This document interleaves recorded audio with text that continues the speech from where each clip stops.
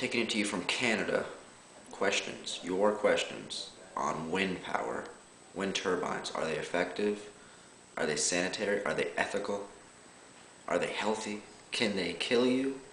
Your question's answered now. First question, does wind power reduce property values? No, wind power does not reduce property values. If your property values were to decrease, they will be due to the economy, not wind turbines. Second question, I am told that currently my property values are getting impacted due to talk of wind turbines. Is it true? Again, no, it's not true. If your property values are going to be affected, they're going to be affected by the weaker subprime debt market or the riskier mortgage lending principle, leading to gradually increasing interest rates. What's that? Wind turbines are absolutely irresponsible, completely, for decreasing property values. And I'll talk about that later. Third question. Does wind power construction impact groundwater tables? Okay, let's go to an actual agency here. Hydrology, that's great.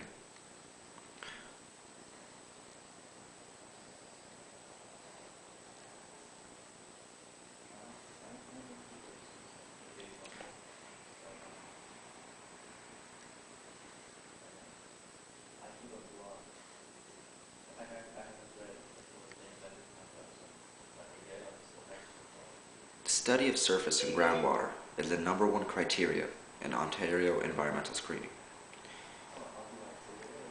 We take sanitation seriously, and wind turbines, their construction is looked over extremely closely. Groundwater is not affected from the construction of wind turbines. Fourth question. Does each wind turbine have 4 red flashing lights? No. Each turbine does not have 4 red flashing lights.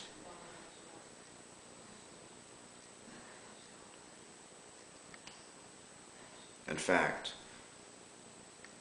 inside a perimeter of wind farms, there are no turbines lit, except the most dominant turbine at the highest absolute height, merely to tell airplanes that they're coming near a wind turbine.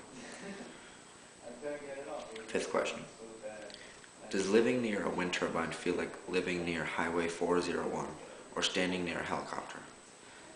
Absolutely not. Wind turbines are completely harmless and they're completely quiet. In fact, wind turbine sounds have been measured by the Ontario Ministry of Environment.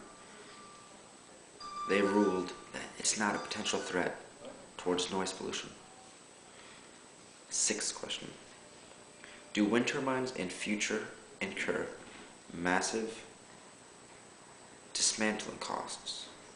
What happens if the future government withdraws financial support or technology changes, and is it no longer profitable to operate and maintain the turbines? It is impossible for a wind turbine to become outdated, because the electrons generated from each turbine, they always remain the same. The design of the turbine and its efficiency may change, but the actual effect will remain the same. The main part about a wind turbine is the maintenance. Wind turbines can last about 20 to 25 years, depending on how they're maintained. 80 to 85% of the costs towards wind turbines are from maintenance, and those are expected costs, meaning they don't come out of nowhere. You know they're coming for you. And if you want to keep your wind turbine, if you want to keep electricity being generated naturally, then you're going to have to maintain the wind turbines. Seventh, why is every proposed wind farm site quoted as a bird/wildlife sensitive area, thus seemingly endangered by wind turbines? Okay, we think that because wind turbines always move and because there are birds in the sky, that wind turbines are killing birds. False. Wind turbines do not kill birds. There's less than 0.01% chance that a wind turbine would kill a bird. There's just not enough force. In fact, here's a statistic for you. House cats pose a much greater threat to birds, estimated to kill 10.6% of birds each year. Meanwhile, for every 10,000 bird deaths caused by humans, not even one is killed by a wind turbine. That's a 1 over 10,000% chance. Not much. Eighth, do wind turbines throw ice? Wind turbines do not throw ice. Wind turbines are systematically constructed so that hundreds of data tables are being analyzed by the hour. And so in each set of data, like analyzed, they measure the weight onto the actual turbine and temperature. If there's ice or if it's too cold, it will shut down, hindering any possible threat. Ninth question. Does wind power use subsidies, and is it very costly to produce? Wind turbines use a few subsidies, and I'll go into that. The cost of maintaining a 20-year term of a wind turbine is 8 cents per kilowatt hour. Meanwhile, the fixed price contract for gas-fired generation in 20-year terms is 7.5 kilowatt hours. We know that natural gas and fossil fuels are dictated by the government, so they don't require subsidies. Although wind power, yes, over 20 years they do require some subsidies, but it's all worth it.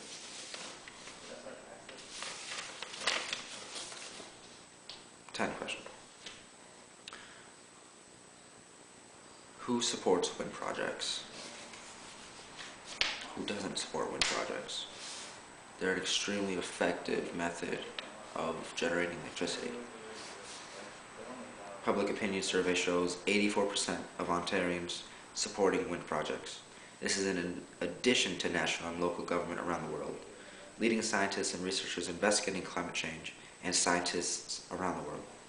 Wind industry is growing at a rate of 30 to 35% around the world and is one of the fastest growing sources of new energy. Okay, here's another one. I hear that in Europe, especially Germany, the wind projects are coming to a halt. Is it true? Absolutely not. Wind power is taking off at a breathtaking rate. Germany gets nearly 6% of its entire electricity needs fulfilled by wind power. Now, not to say that Canada is as successful. We only get 0.5% of our global electricity needs from wind, but that's because it's more effective and more profitable in Germany and Europe. But wind power is never going to cease. It will forever grow. Next question. Are wind turbines efficient? Is it true that they are not 80% efficient? Wind turbines, depending on where or how much wind there is, that determines their efficiency. Not their existence, but their state of location. That's what determines how much electricity they're going to generate, not their technology. Their technology is immaculate. Wind comes, it turns, electricity is